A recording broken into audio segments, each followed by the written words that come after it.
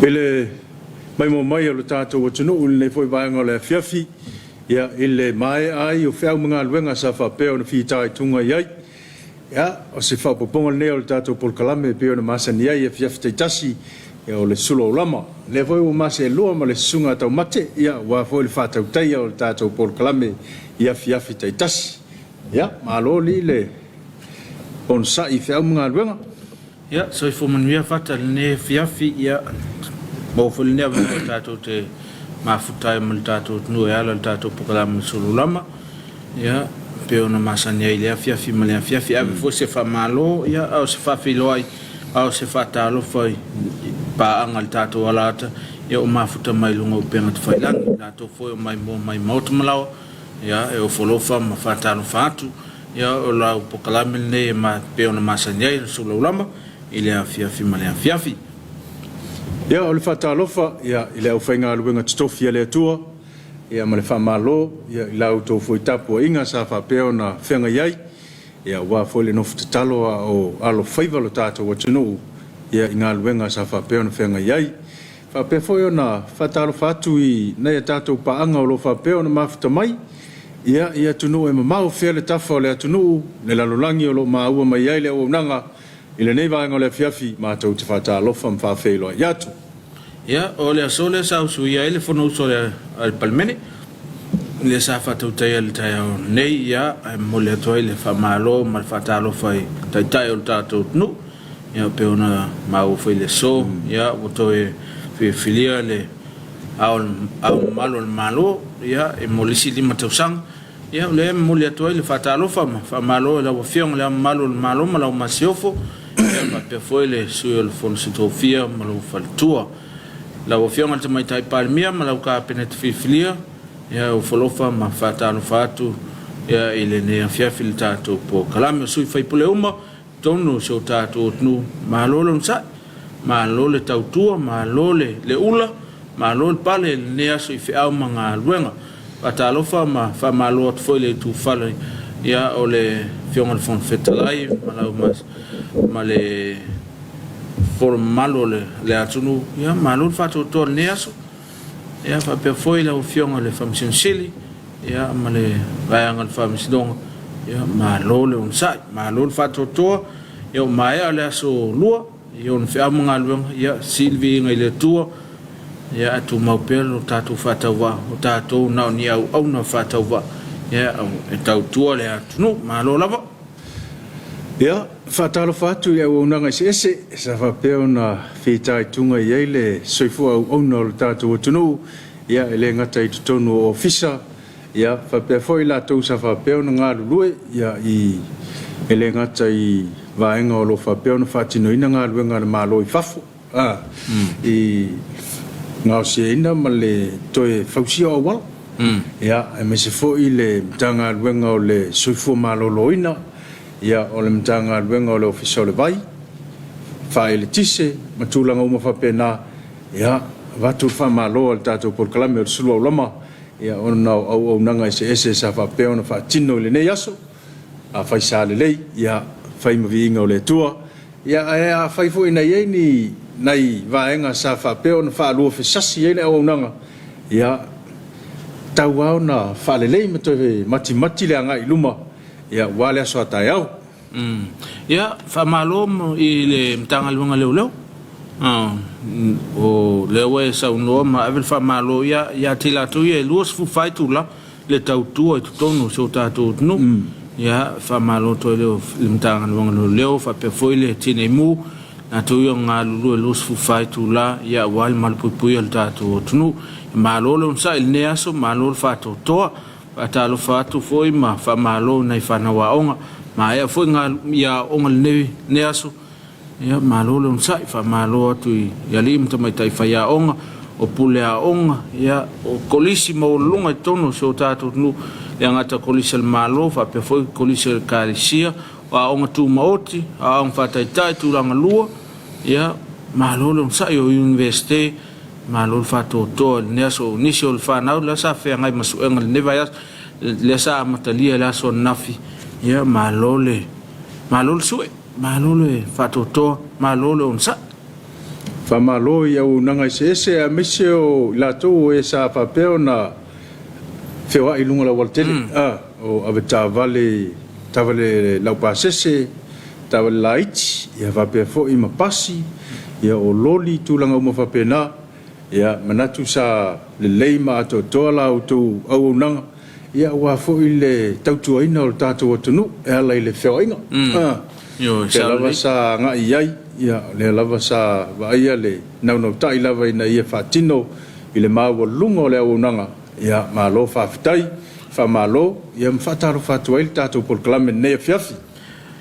Whamalo le Tapuaiga maua na iu tātou tamamti nā matua, ngā tō lau Tapuaiga la whaiva le atunu, e le ngato maota malawa, ia o le mapu i whangalele, ia pia whailongo i pulotu, ia whatasi ai ma lātou o lau whatau tolia i maota ngasi, ia o ele o ngalo lava le Tapuaiga, ia o le whaiva le atunu i whea mga luenga, ia o le talo masane le tātou pokalame, ia molo to so i fua lau lei, ia molo malo siltino, le mafofau mle nganga, ia mese la to mo i mai o le tino, ia to e whafoisia le malosi, ia tātou ia ile nei o langa i le tunu mau, ia e malolo nsai, malolo le whatotoa. Le mwhai on whangaloina, ia au unanga o lo whapeo na ofo ino mailo la tūtau au, ia ua mwhai e o na whaatino nei au unanga mo tātou o tunu, ia o le mtanga luenga o pisinisi a lama nuia maleipa, ia whapefo i le kompania le SOS, ia a mesia o le lango mai, ia a le Papa Instant Coco Samoa, ia ua mwhai e o na momoli atu, ia le unanga nei al Suluaulama, i lau maota ma lau lawa, ia malo whaftai. Nei pānganga leina, tātou alata, ia o mwhai ona wina tu saoto i lau maota, a mesia fo lunga o pēnga te whailangi, i na ia tātou paanga mai mo mai atu nua mau. Ia e whatalofa ma whamaloa tfoi na ia tātou paanga, ia mafuta mai lea taiao ma lea Afiafi.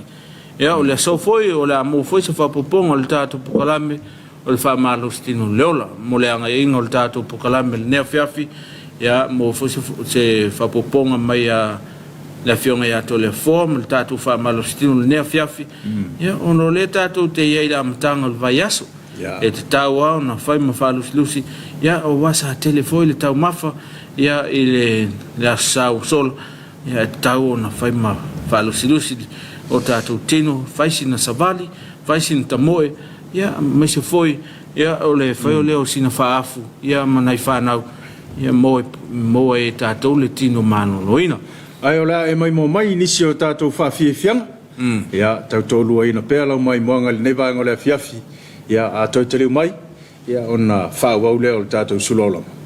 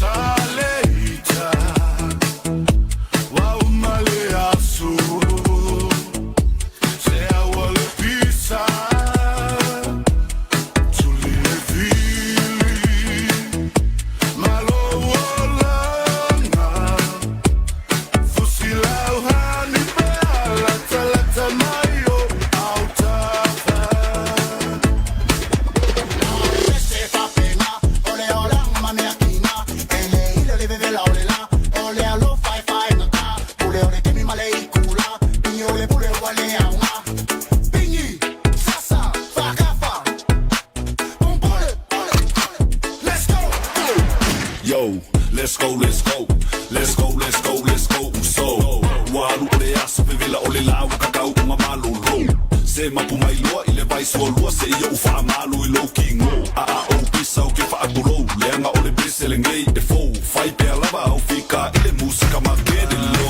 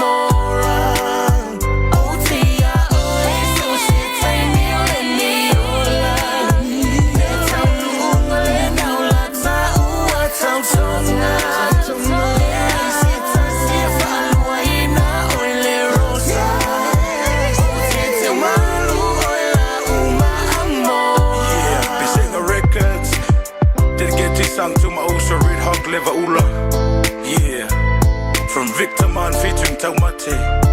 Yeah, yeah, yeah. Ta si ai afe luni yola.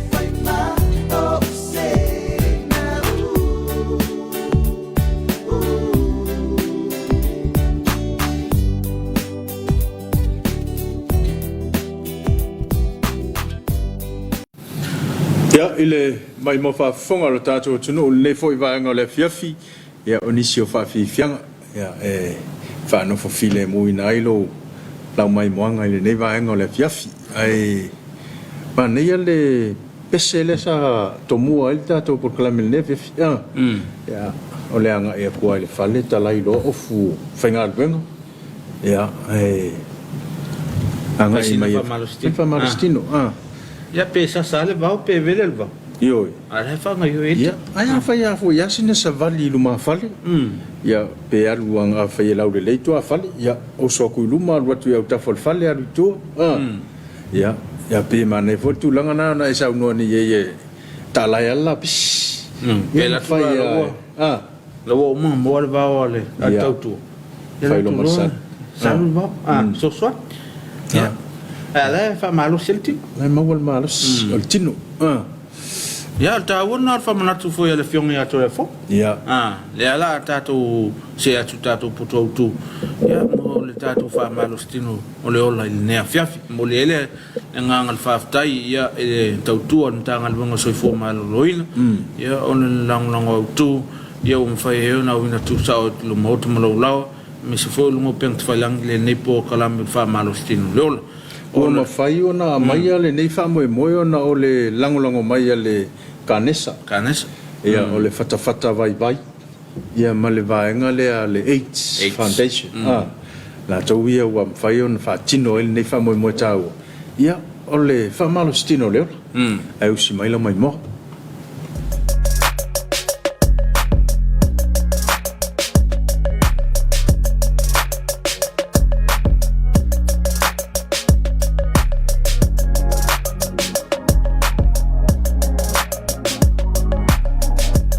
Exercise is life. Famarstino oleola.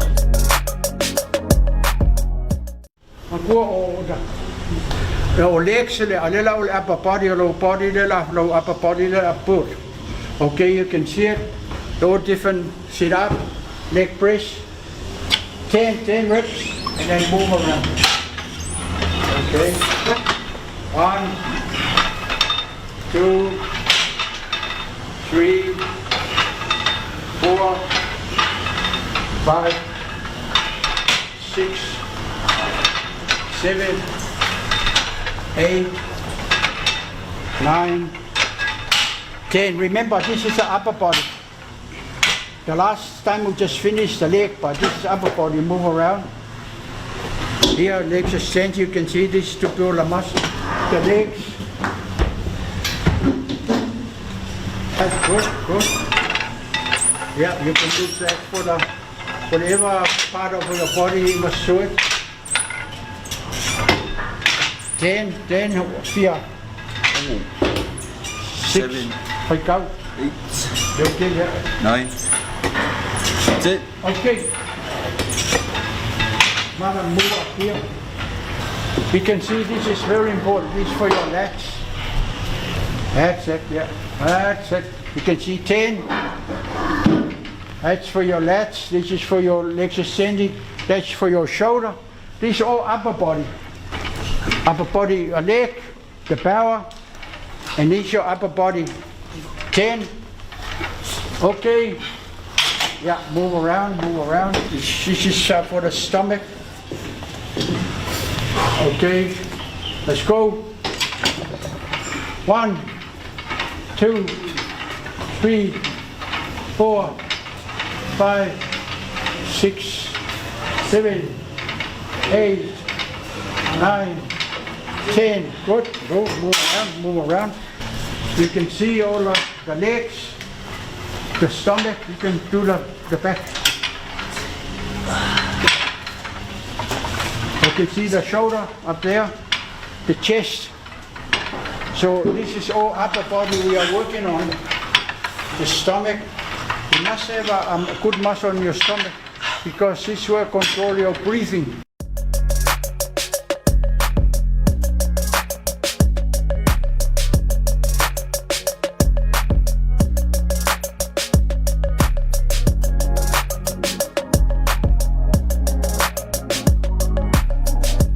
Exercise is life. Famarstino oleola. Paftai la fiong ya to le fo Ya.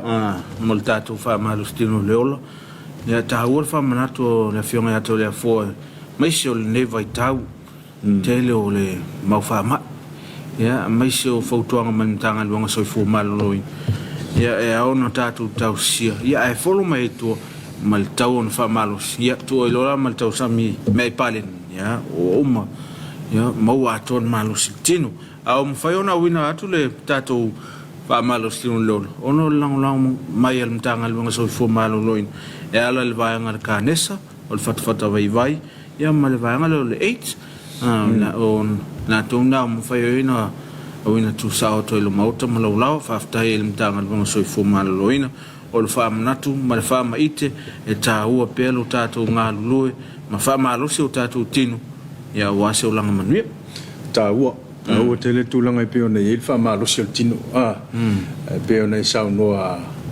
o fa tasila fa malo stino ia male tau mafai me ai palen ia ole me pito silin nan tau pe mon mawine la son na fi il motele sala fai sa awaia tu yelta tu por kalame wa fo ile ma le tulanga pe ona ile amataino le liki vo ile le ole kiti Samoa ena fatino ina le fa mo ile le afio anga o sai pipi la son nafi ia manatu e stemme le Afiafi le Samoa tau longo ia la mai mo mel tato se tato tu no usia te lenga le foi fa mo a le mana ia fa pe le tutala yo ka mo e mai ia mantua o ka mo na o la fa ia mal fa mal stin ia sa fa tali te mi ta mai se ova polale e ka fe kuli fo ia yo sapo ma tu langa mo va pena foi la pe fa pe o le tutale pito mai nei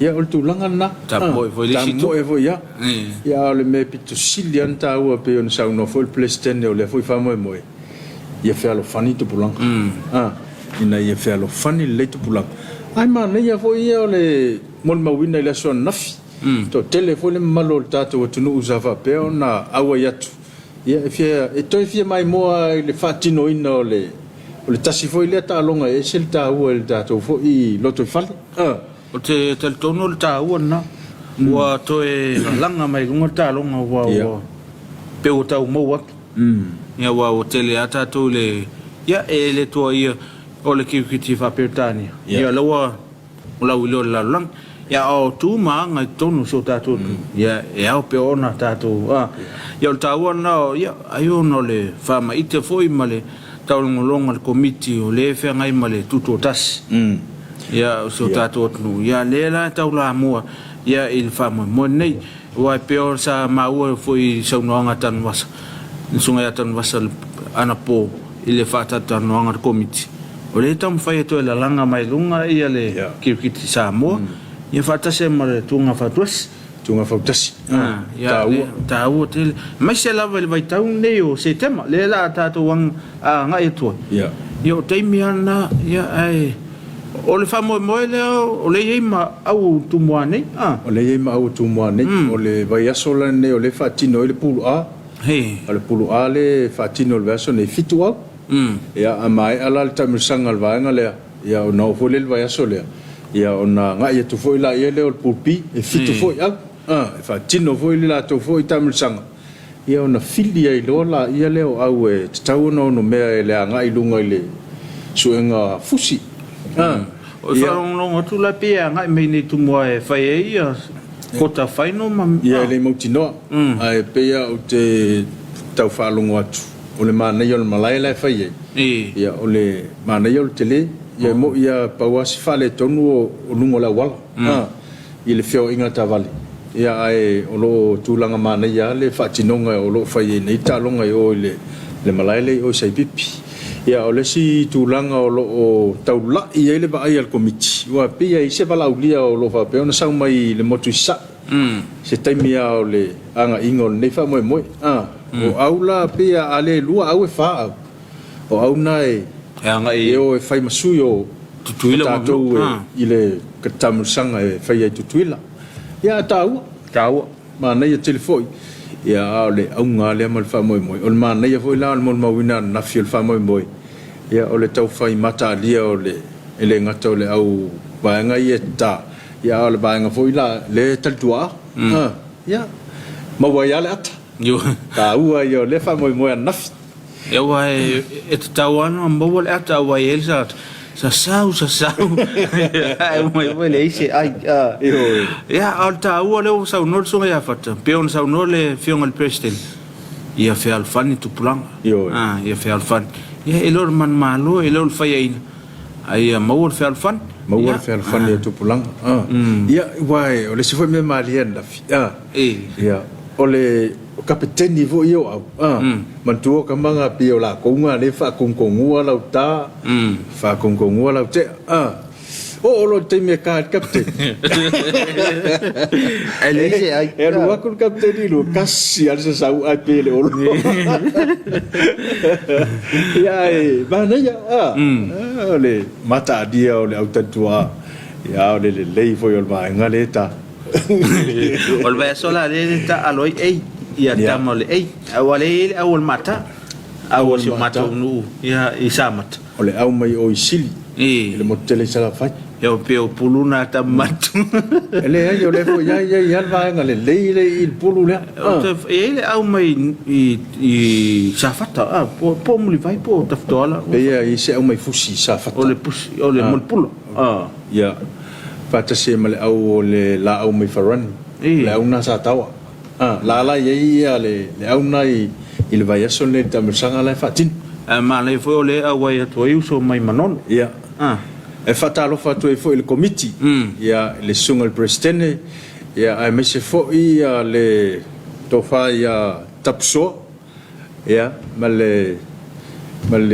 fionga ia tutoa ia manisi fo il committee o le mau swafa ia la to ia o le fa tautai al fa mo nei lo no wingo va so atoa ni no le pu va so fo mataro le sipul manai o le si tulanga mana ia o le fatinonga ele o ko yel ko inga me vo le uma le sta longa ia se fesinga ko malo longa e uma tu le sta longa ala po waseki ya tu le sta longa na na mai fai ia fa manuia tono malaya nga i me tu anga ia tu le si me na va veita longa le so nafi al taton foi o lai wa uma na lautongia tanta e lau falia talong fatau te talong e famasino o e la to famasino ia tulanga masania ho le lo to lo sui o mai tusi ai ia we fo ia la pe le fatinonga talong wo ma fo ila na tufa o mai captain la fo ila o no fosila fia o mai outaitas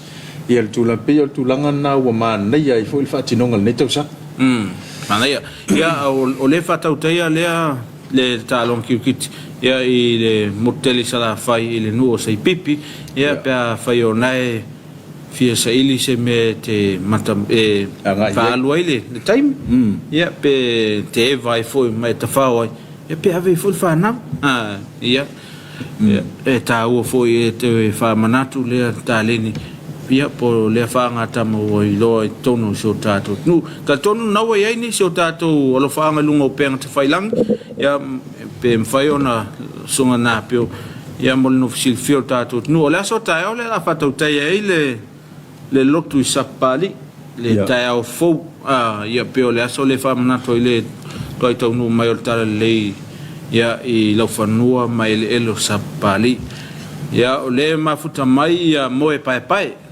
ta lo lava i lo sunga le tautua atu nu ma no soifua manuia mafuta atu lunga le pasi siusenga alo fatu ka pres after ma futa mai pai ya fatalo fatu ma fa malo fo il sunga le pasi ya no fata utaya le malanga atu senga ya Virginia Nielsen Pell ya moli mayona lo fanga ya mol tato kol kalame ne Afiafi ya fa ma va nga safai ya na ma futa mai Christchurch Kaisalina tamati ya olo moli meala na lo fatele lava mo tato ya mafuta mai tato por kalame manuel ne Afiafi ya osina en lulunga talolua talo fe lu sunga mal pokalama matangofie malolo sai malo le lava pale inga luenga matiu te safia ngai ile ne aso malo tautua mo le atu nu lautele ya fa manu ye pele tu le soifu ngalue awal fe ngai mal tautua ina le malo le atu nu manuel Afiafi lu sunga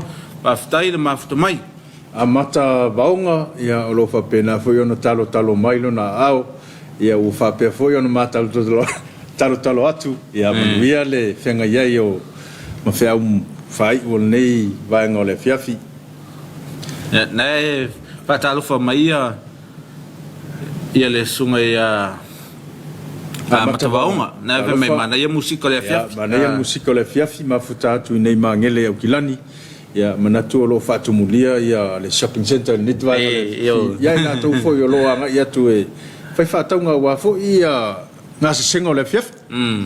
Ia o Falilangi Peres, na talo mai, ia ai lo mai o ma o lima ia o le talo atu foi nei le tātou potu o tūni nei le tātou fisa. I tangia anu a ea, ma lo le soifua manuia, nei al pokalame alo fatu, ia mo lo sunga alo fatu mo le sunga kroseta. Whaftai, ia o le awhapeona mo li eo alo whanga, ia i le sunga le whaifi au. Ia tono nisina o tātou alo whaanga o mwhaiona moli mai le lunga le tātou pengata whailang. Ia wale no fisilfia le tātou punu. Ia o le tātou anga i mo sin tātou whawhiwhenga nei titia. Ia toi tali mai, ia no whau o pele o lau Suluaulama.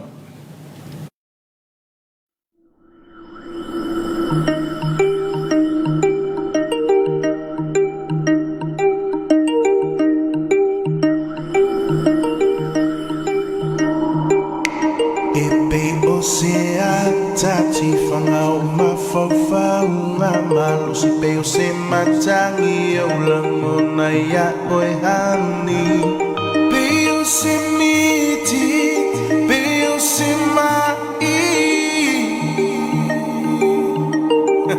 Bay 25 on the beat Walita si ala si sa sal peo ni ala si lo alo whawhama oni suati ai o sotao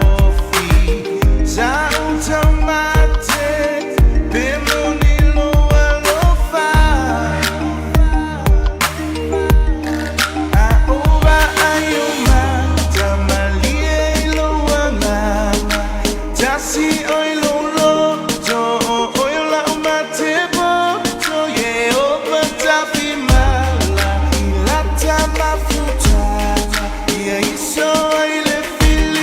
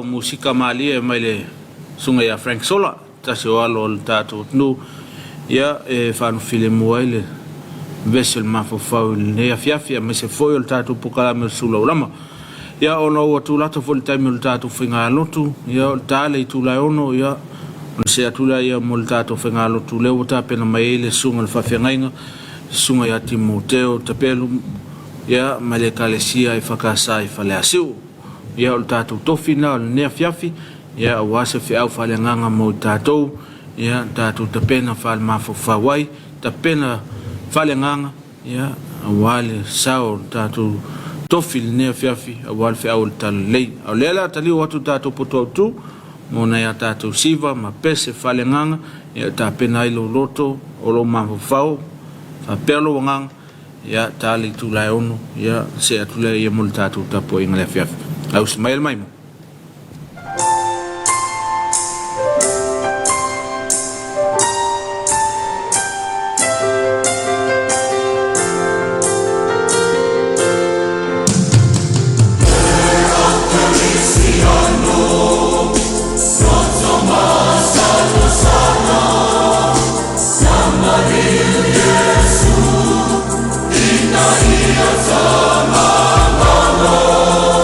Somebody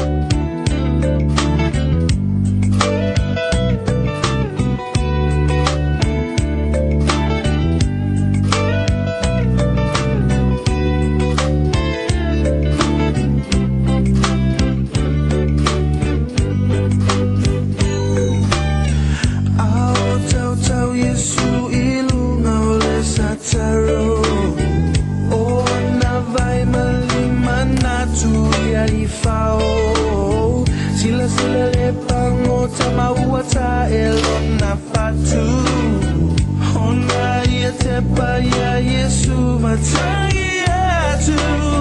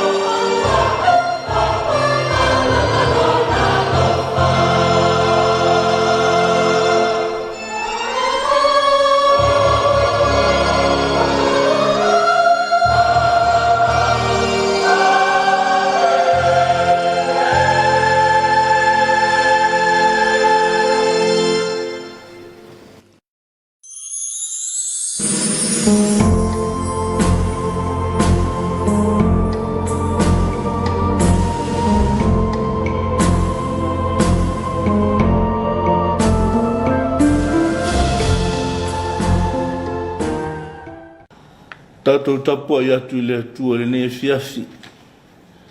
A o ia le tama e tusa malonala. A o ina toi ina lavo ia. I le tia e se ai. Tātou te talo mo le anganga pa ia. Le tua pa ia lo mātou ta mālofa. O le na manui ai fe au o le ne yaso. O mapu mai isi o mātou atu nuu. Aina e iai lava I le ne yaso atoa. O le mātou le whātua tuanga. Ma lo mātou tali tonunga. Le ala leo le ifo mai. Wha iu le ne yaso I lo vi inga. I le Tapuaiga a whaia nei. Pa ngā lava lo mātou le tusa. Le ala leo lo mātou te talo. A whio mai ala I lo anganga pa ia. E te wha tonu ina I tonu ai le Tapuaiga lo atunu. Ia mnuia pa I o se whiau. Ia sili lo vi inga I mea o malama. Mātou te talo e ala ia Iesu ke liso lo mātou li whaolo. Amene. O le whaitau ina o le tusi pa ia. Tusi filifilia le mon le Afiafi o maua mai le whenga inga fau. Tusi ala apostolo Iakopo. A olona mata upu e tolu. O te whaitau ina le whai upa sifuru ma le tolu. Se e whaangata mai le whai upa sifuru ma le vanu. Whawhawhonga mai o awhionga pai ala tātou atua. O ai e aso o tōu o poto ma ua mala malama. I nā whaali mai e ia ai le ame o le leo na lava ngā luenga. I le anga malu o iai le poto. Ai a whai o iate o tōu le whia nau le anga ma le misa yo o tōu loto. So ia le mita. Au o foi le pepelo e wha le anga ai le upumoni. E le poto le nei wa luifo mai lunga. A o la le lalolangi ia. O le mea wha le tino. O le wha te moni ia. O wā le mea iai le mataua ma le misa. O iai le whiawa wai ma mea le anga uma. A o le poto mai lunga e mua o na mama. I le ua file mu. E anga malu. E ngana ngō fie. E tumu le alofa ma le fua le lei. E le alofa whaapito. E le whaata ngā whai. Ua lulu ina foi le fua le ame tonu ma le file mu. E I lātou o e whaatupu ina le file mu. Whamonia te le mai le atua e le whaitau. Whaafonga e nā whionga pa ia. E tu mau tu pēlo na vi inga e whaavavau. Amene. O le launga le suafa mamalo le atua tolu tasi pa ia. Le te maa le alo ma le nganga saa. Amene. O filifilia le foi upa sifuru ma le tolu. Ma ta upulu ne tolu o le tusi Iakopo ma le whenga inga fau le whaitauina. E whai lea ma matua le launga le ne Afiafi. Whaafonga o te whaitauina. O i eso au tau o poto ma ua malama. I nā whaali mai e ia ai le ame o le leo na lava ngā luenga. I le anga malu o iai le poto. O le au tua ma whauwhaunga le ne Afiafi. A mio atamai. A mio atamai. Le nganga ina ia so mai le whiau o le tai au. O fōlinga atamai. Pe ona safo fola mai le whailaunga. Aia, tu atu foi se nganga le ne Afiafi. Le a mio atamai o fōlinga atamai. Ina e tau mau ai le tangata atoa e atamai. Mapoto. Le lana o tātou whaalongolongo le tai au. Mai le whailaunga o fōlinga atamai, o fōlinga o malama i le poto. Ma ua le ai se mata whasaua. Ona so lea ele ne Afiafi lea mio ele apostolo Iakopo pe ona whaitauina. A ele ialu e whaatino le whatonunga. Ma le tula fono. Pe ona sa iai le whailaunga na lena. O lea mio le ne te alu moe. E I loa lo poto. Pe a whaali mai I lea mio le lei. O au lava ngā luenga. Le oso sooi I ele apostolo Iakopo. Le mea lena wha misi le whailaunga. e te le alu so o le fai, le ngā luenga. E te le alu fo i whaasama noa. Ina nei maua i le fili mal te Apollo.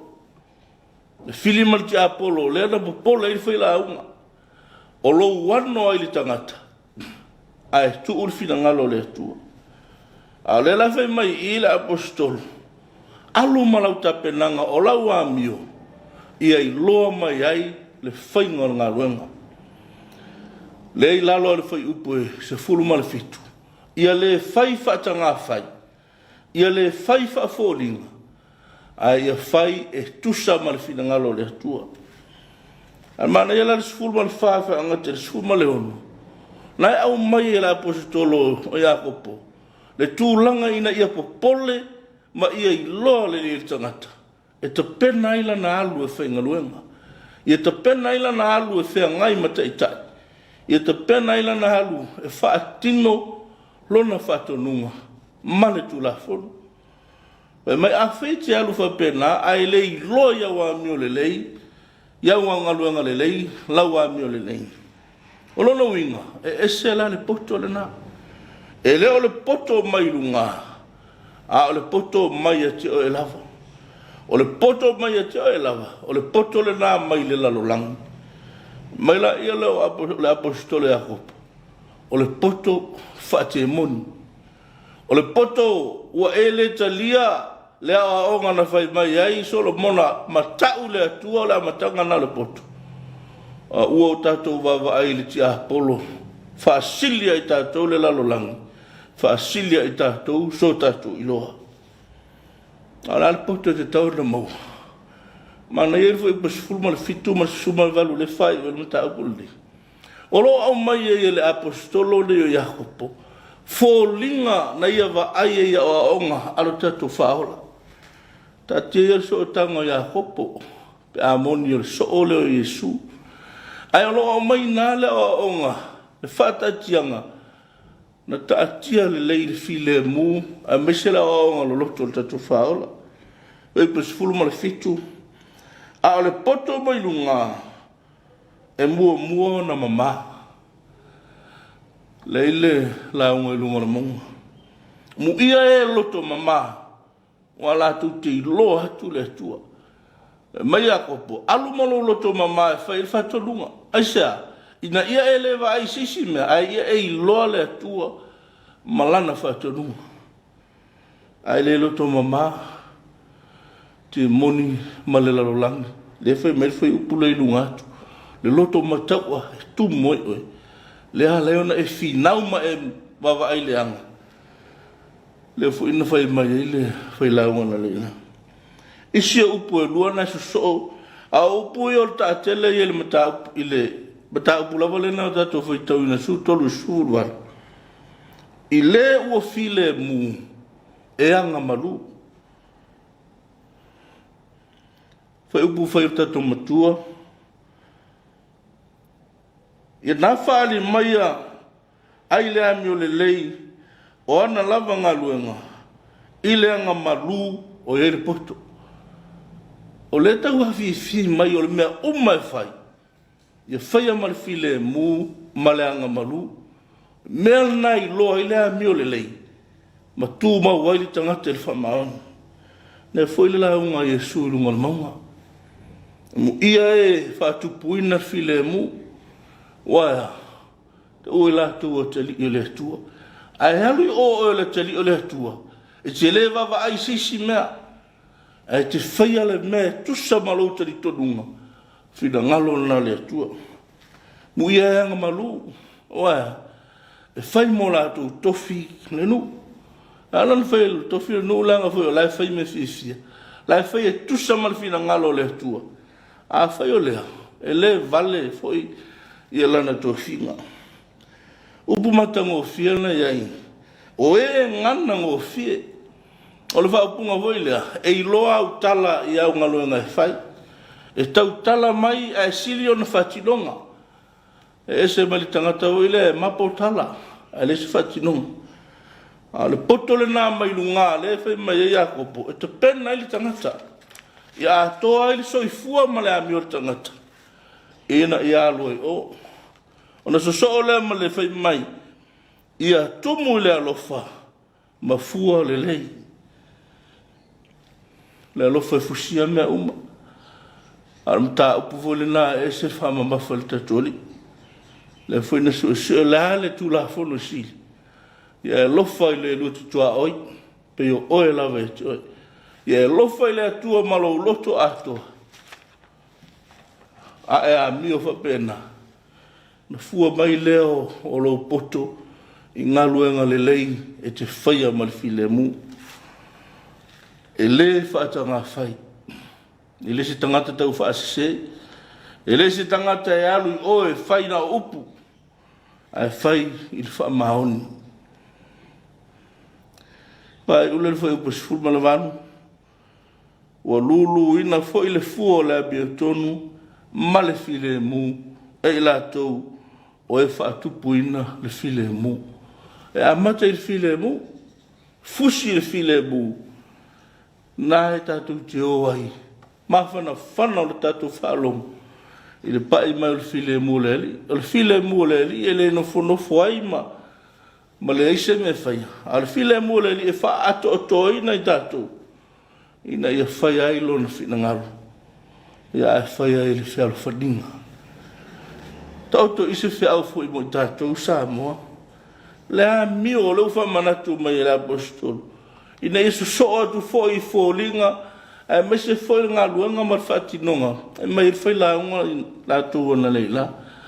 A toa ia mea, e leo le tangata ata mailina, e leo e whatuputupu e vesi, peo na whai mai eile, whai upo e sifuru whai, sifuru ma leono, e leo e wawa i leanga, e leo e manatu le tangata ia e ilona i loa, ia leo ina ia usita ia le taitainga le tua e tauala mai taitai. Ia file mu e le ngata i sirato tunu me se lava ia le lautele o ainga nuu ia mafio anga. O se fe au e fa lautele mo tato uma ina i o tato ngaru e fa atasi. Ai ama lava le ai i le tua malona fina nganu.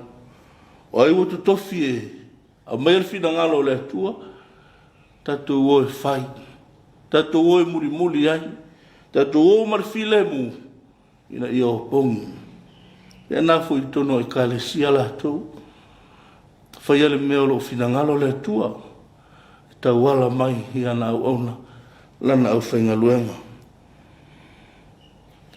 o le file mu o tatu ali na ia ona sa ia i lava ti ngā toi atu i la loi. Al file muna ana ai mama tau pea i le fina ngalo lon tama. Le lava nalu e tu saiti ngā na maliu ana toi tu manu malo e walo tatu whao la ina. E tu maua tu pea te elevi inga whavavau lava. Amene. Tatu pese le atua pese lua se lau lima sifuru mal wha.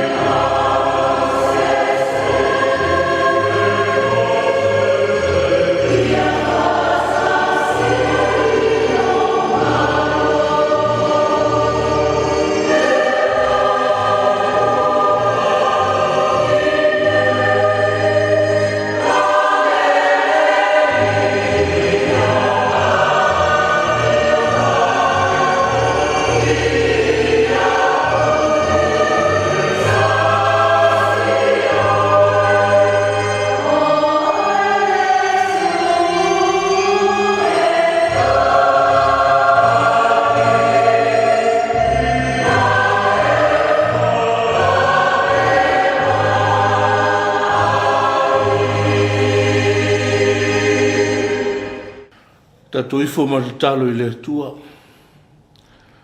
Lo mato tua pa iai. Le tupu sili la o fio. O le alofa ma le alofa muti vale. Le foi na e te ina I le alofa. Se o mato atunu o whenga I mawhea o le yaso. Le ua mapu mai. Nganga ifo le la. O mato la ngona o le lava vai whea au mga luenga. Ya la tau fo I na Tapuai. O mapu fo I na Tapuaiga. O manuia le ngata ye na ngalului. Se fo I na mato whanau ya onga. Ya vi ia la o fioro mato tua. O no lo lave ina lo lato soifua ma le ola. Ai whape fo I lo fiso soani le vai. A whea ngai ai mga luenga ma onga. Ele ngata I tutonu o whale whainga luenga. Whapea fo I la tau whea ngai ma le fatua I ngatausi. Nai le vao, nai le sami nisi, o whea lavana sa ili ai nai pisi nisi. Ai whaafitai o loo manuia. Tai fo I nei o matou ai ngai whafo I atunu o mamau. I lo lato fo I anga le lei. A wale manuia o so matou atunu. Whaafitai o na ona maletala le lei. Ina ia tala I lo whina ngalo. E o wale manuia whale nganga. O fionga le nea Afiafi whaasoa mai. Na ia ato o toro matou atama mai. Ina ia le whaia so matou loto. Ai whaasoa ia wa fionga. Ma whaia lo whina ngalo e te tau po le tangata. Whaafitai le nganga e te ina pe I matou. O lo matou le whesoa ni sili. Pe a o so whai le fili maana au. Te ina pe I matou lo matou atua. E matou te manu malo ina I pea whainga tau le nei ola. Ono le whesoa ni wha maoni. Sili pea la matou whaafitai. O le tongi ola. Na maliu wailo walo pele. E mo I matou. Ina ia tongi ola ina ai o matou tangata. Tu maulo vi inga I whaavavau te maa. O matou whaatou ese ni se na whaile nei aso. E le tau tō laulauina. O e sira fia ina o le whanau vai ma tangata ngasala. Ai le avea ma paolo I matou te alo ai. O matou whaatou esenga. O matou whaatou esenga. Wha ma ngalo. Ai a fuata ina ni o matou loto mani tangata fau. Ini se o whai. Ia whai le maonga maoinga. Ina I o matou ola e whai lo fina ngalo. Lo matou le usi tai au a fionga. E tau wala mai tai. Tau wala mai fo I matua. Tau wala mai e taitaina lau ngā luenga. Ia e lofa wha ma ngalo lo matou ta maa. Ia o ngale maluti ngā lo walo pele. Ia mama ngalo Samoa. O ani pona I te sila mai ai. Le ato o tōna whaatino o tangata. Le manuio le atunu e tusa malona whaavai. E tusa malo whina ngalo. Ia e wha ma ngalo lo matou ta maa. A ma ngalo foi lau o whainga luenga. Le ase sasi o le ato o tō ai. Le whaatino ina o lo whina ngalo. Ia e wha pale mai. Ia e wha tonu mwhaasino ia te matou. Ia lo whina ngalo a mi tonu. Le ase vai o le ato o tō wha soa o fionga. Ia wha ato o tō e le mana o lo alofa. Ina ia pā I o matou loto uma. Ia o ngale maliuti ngā o lo walo. Ina ia o matou mamama ngalo uma. Ai e wha manuia le ali ne Afiafi. A ngātu I malo longa le po. Malutia pea Samoa uma. O ise tasi o mawhatia. Whea ngai mati ngā mawhatianga. Mese lau wala au. Wala fui pupu o ngā whasanga I manisi. Ia e lofa ma lango maluwina. Wha manuia Samoa a toi lo nā tinae. Ia mese re tau mawhainga o ala manuia lau tele o tangata. Manuia fui a inga te itasi. Ia ilo file mu. E o wha manuianga. O tofi ese wa e tu tofi ai matou. Ia whaia lava ma le atamai. Ia whaia lava ma le poto. A o le file mu o le fusi lea. Matou te iloa ai lo finangalo. Fua ile loto e mama. Le loto matou te iloa ai lau fio. mo matou faia mea uma e tusa peti inga awa o mai pea tamai a te matou ina ia o matou muri tai e le ina ia o matou manatu whapito a ia whaasoa ma fisosoani o lo lava le finangalo mo i matou te talo ia o afo i te talo i finangalo maloto sa mo uma ia e alofo matalia mai matou ofo ina atu e ala le sofa pele o Iesu Keliso a o lou manuia ma lou file mu le atua le tamā le lou fasilisili ese o Iesu Keliso lou alo le mafutaga le motusia ma lou lava agaga paia ia tumau pele i o matou luga tumau i luga o Samoa si o matou atunuu ma na tamafanau taape ma salalau tumau le lalolagi ma lau fofoaga uma nei se o le faavavau lava amene.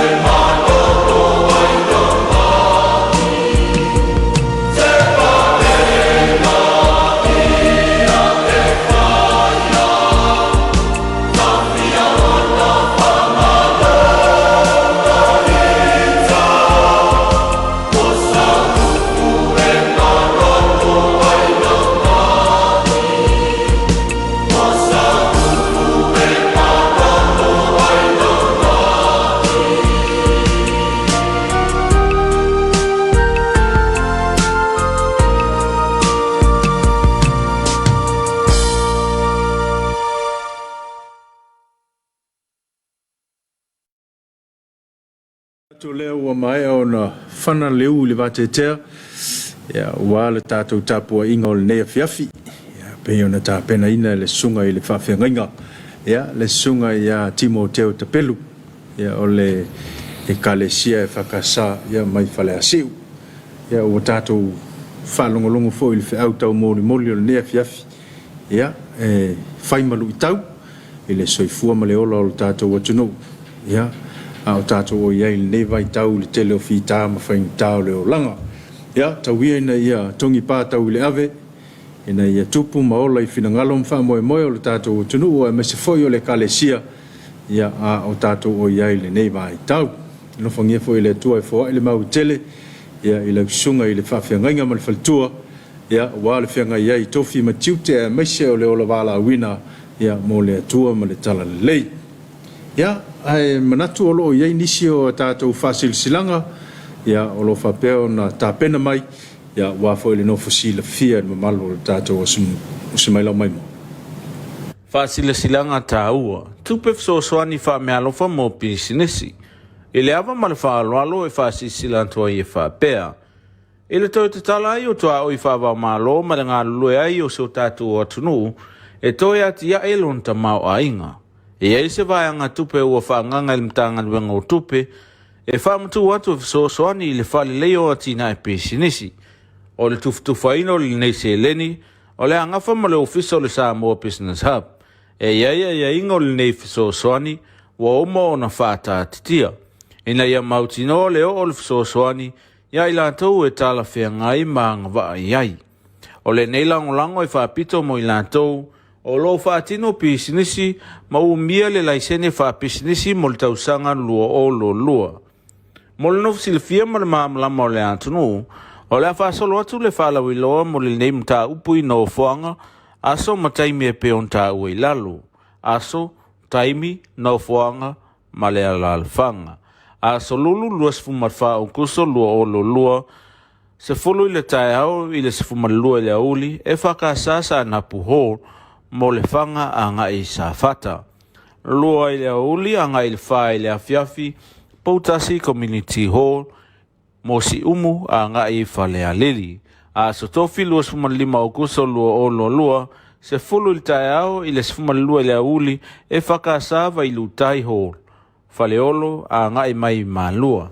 Lua i le auli a ngai le whae le Afiafi, e kalesia me tutisi whale a si uta hall, Tang malala ali sa mataptapa o.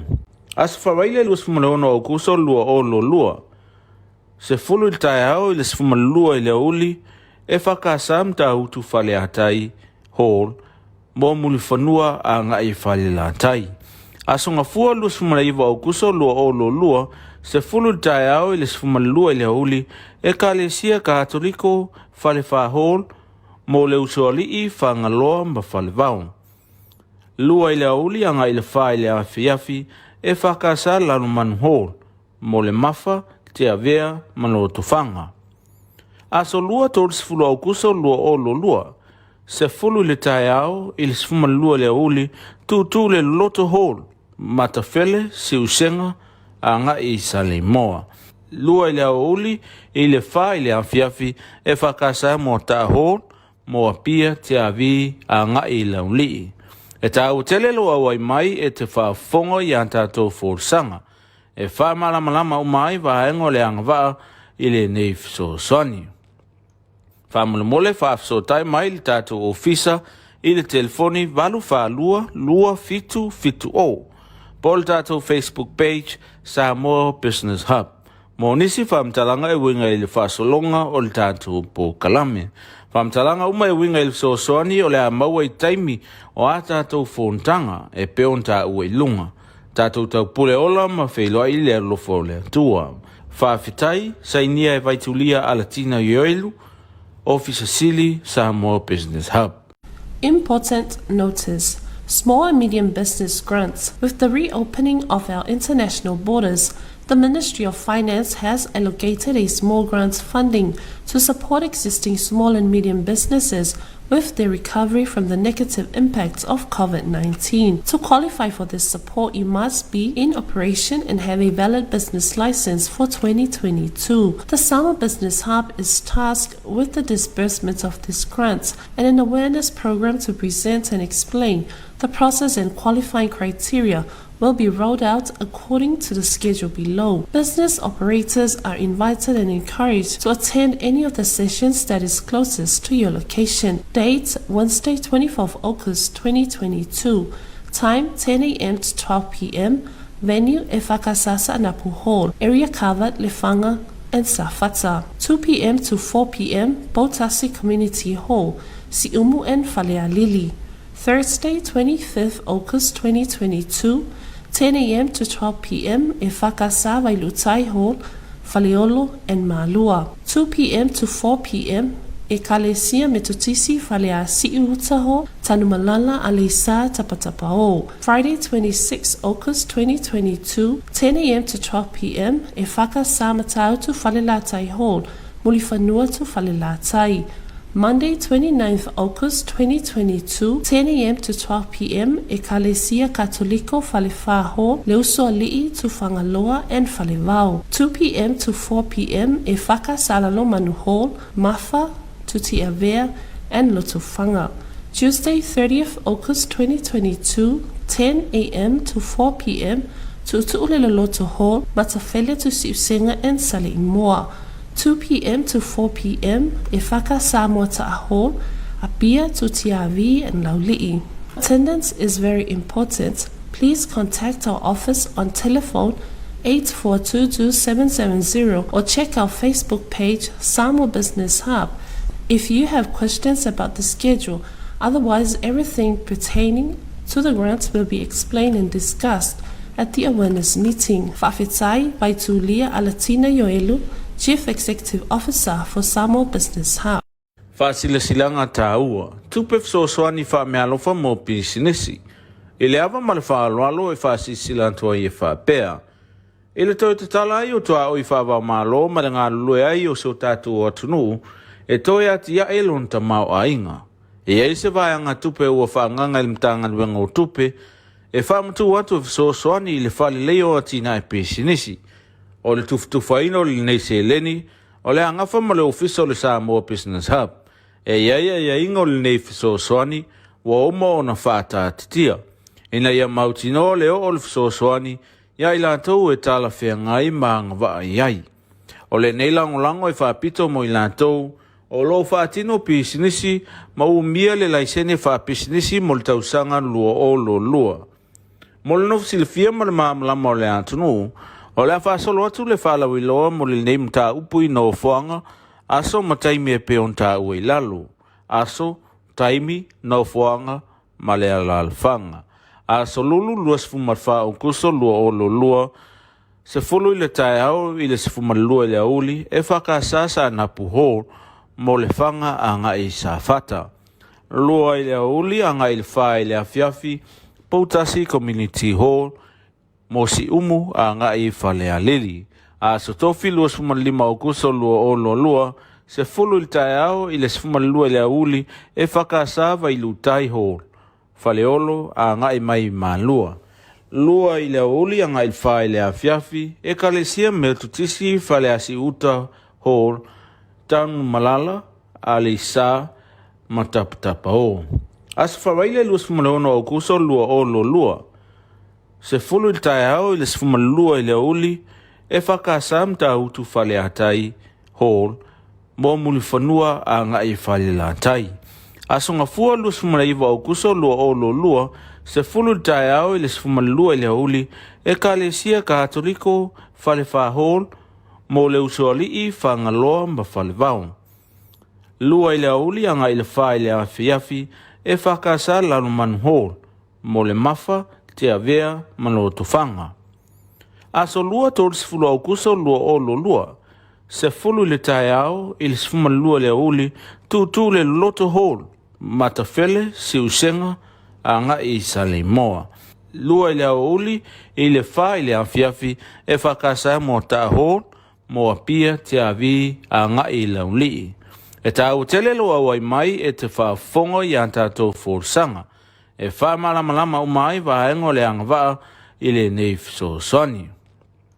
Whaamule whaafsotai mai le tātou ofisa i le telefoni walu whaalua lua fitu fitu o.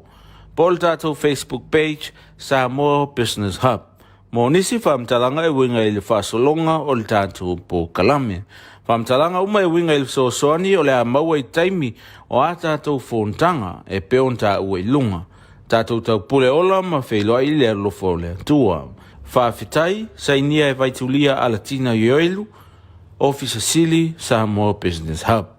Important notice. Small and medium business grants. With the reopening of our international borders, the Ministry of Finance has allocated a small grants funding to support existing small and medium businesses with their recovery from the negative impacts of COVID-19. To qualify for this support, you must be in operation and have a valid business license for 2022. The Samoa Business Hub is tasked with the disbursement of these grants and an awareness program to present and explain the process and qualifying criteria will be rolled out according to the schedule below. Business operators are invited and encouraged to attend any of the sessions that is closest to your location. Date, Wednesday, 24th August 2022. Time, 10 a.m. to 12 p.m. Venue, EFKS Anapu Hall. Area covered, Lefanga and Safata. 2 p.m. to 4 p.m. Botasi Community Hall, Siumu and Falealili. Thursday, 25th August 2022, 10 a.m. to 12 p.m. EFKS Vailutai Hall, Faleolo and Malua. 2 p.m. to 4 p.m. Ekalesia Metotisi Falea Siuutaho, Tanumalala Alisa Tapatapao. Friday, 26th August 2022, 10 a.m. to 12 p.m. EFKS Matau to Falelatai Hall, Mulifanua to Falelatai.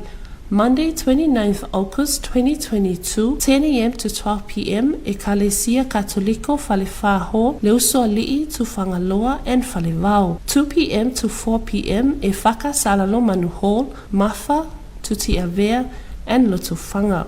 Tuesday, 30th August 2022, 10 a.m. to 4 p.m. Tutuuleloloto Hall, Matafele to Siusenga and Salimoa. 2 p.m. to 4 p.m. EFKS Samoa Hall, Apia, Tutiavi and Laulii. Attendance is very important. Please contact our office on telephone 8422-770 or check our Facebook page Samoa Business Hub if you have questions about the schedule. Otherwise, everything pertaining to the grants will be explained and discussed at the awareness meeting. Fafetai Vaitulia Alatina Yoelu, Chief Executive Officer for Samoa Business Hub. Fasilasilanga taua, tupe fsosoani whamealofa mo pisinesi. Ile ava malwalo e fasisilantua i whapea. Ile tau te tala ai o toa o i whawa malo ma ngā lue ai o so tātou atunu e toi ati ia elon ta mau ainga.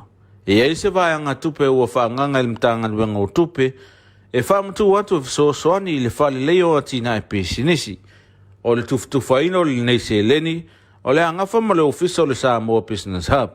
E ia inga o le nei fisosoani, wa oma o na whata atitia. Ina ia mautino le o le fisosoani, ia ilantou e tala whea ngai maanga waa iai. O le nei langolango e whapito mo ilantou, o lo whatino pisinisi, ma umia le laisene whapisinisi mo le tausanga lua o lo lua. Mo le nofu silifia ma le maamlama o le antunu, o le whaasolo atu le whalawiloa mo le nei mta upui no whoanga, aso ma taimi e peon ta ue lalo. Aso, taimi, no whoanga, ma le alalwhanga. Aso lulu luas fumarwha o kuso lua o lo lua, se fulu i le tae au i le se fumarlua le auli, e whakasasa na puho mo le whanga a nga i sa fata. Lua i le auli a nga i le wha i le Afiafi, Poutasi Community Hall, mo si umu a nga i whalea lili. A so tofi luas fumarlima o kuso lua o lo lua, se fulu i tae au i le se fumarlua le auli, e whakasava i lutai hall. Faleolo a nga i mai malua. lua i le uli anga il fai le Afiafi e kalesia me tutisi fale asi uta hall tan malala ali sa mataptapa o. As fawaile luas fumalona o kuso lua o lo lua. Se fulu il tae au ili sfumalua i le uli e whakasam ta utu fale atai hall mo muli whanua a nga i fale la atai. Asonga fua luas fumalaiva o kuso lua o lo lua se fulu tae au ili sfumalua i le uli e kalesia katoliko fale fa hall mo le usoali i whangaloa mba fale vau. Lua i le uli anga i le wha i le Afiafi e whakasa lanu manu hall mo le mafa te avea mano tofanga. Aso lua toris fulu au kuso lua o lo lua. Se fulu le tae au ili sfuma lua le uli tu le loto hall matafele si usenga anga i Samoa. Lua i le uli i le wha i le Afiafi e whakasa mo ta hall mo apia te avi anga i laulii. E tau tele loa wai mai e te whaafongo i antato forsanga. E wha malamalama umai vahengo le angavaa i le neif so soni. Wha mulemole whaafso tai mai le tato ofisa i le telefoni valu wha lua fitu o. Pol tato Facebook page Samoa Business Hub. Mo nisi whaamtalanga e winga i le whaasolonga o le tato po kalame. Whaamtalanga uma e winga i le so soni o le a maua i taimi o a tato fontanga e peon ta ue lunga. Tatou tau pule ola ma whailoa i le lofo le tua. Whaafitai, sainia e vaitulia a Latina Yoelu, Officer Sili, Samoa Business Hub. Important notice. Small and medium business grants. With the reopening of our international borders, the Ministry of Finance has allocated a small grants funding to support existing small and medium businesses with their recovery from the negative impacts of COVID-19. To qualify for this support, you must be in operation and have a valid business license for 2022. The Samoa Business Hub is tasked with the disbursement of these grants and an awareness program to present and explain the process and qualifying criteria will be rolled out according to the schedule below. Business operators are invited and encouraged to attend any of the sessions that is closest to your location. Date, Wednesday, 24th August 2022. Time, 10 a.m. to 12 p.m. Venue, EFKS Napu Hall. Area covered, Lefanga and Safata. 2 p.m. to 4 p.m. Botasi Community Hall. Siumu and Falealili. Thursday, 25th August 2022, 10 a.m. to 12 p.m. EFKS Vailutai Hall, Faleolo and Malua. 2 p.m. to 4 p.m. Ekalesia Metutisi Falea Siuutaho, Tanumalala Alisa Tapatapao. Friday, 26th August 2022, 10 a.m. to 12 p.m. EFKS Matautu Falelatai Hall, Mulifanua to Falelatai. Monday, 29th August 2022, 10 a.m. to 12 p.m. Ekalesia Katoliko Falefa Hall, Leusoali'i to Fangaloa and Falevao. 2 p.m. to 4 p.m. EFKS Salalomanu Hall, Mafa to Tiavea and Lotofanga. Tuesday, 30th August 2022, 10 a.m. to 4 p.m. to Tu'uleloloto Hall, Matafelia to Siusenga and Salimoa. 2 p.m. to 4 p.m. EFKS Samoa Hall, Apia to Tiavi and Lauli'i. Attendance is very important. Please contact our office on telephone 8422-770 or check our Facebook page Samoa Business Hub if you have questions about the schedule. Otherwise, everything pertaining to the grants will be explained and discussed at the awareness meeting. Fa'afetai Vaitulia a Latina Yoelu, Chief Executive Officer for Samoa Business Hub. Ya, nasa mai mo malta to nu se taso fasi silanga ya long pui ali ile malo la fai business ya famnianga na ya la malta to malo ya mo la to le fai la to business light ya anga ya ne inofanga na usata uatu tato fasi silanga. Ono tato taimi fatu langa ino o tato pokalame le afiafia na nei tale tu lai fitu mo so to tonga tato Samoa taung long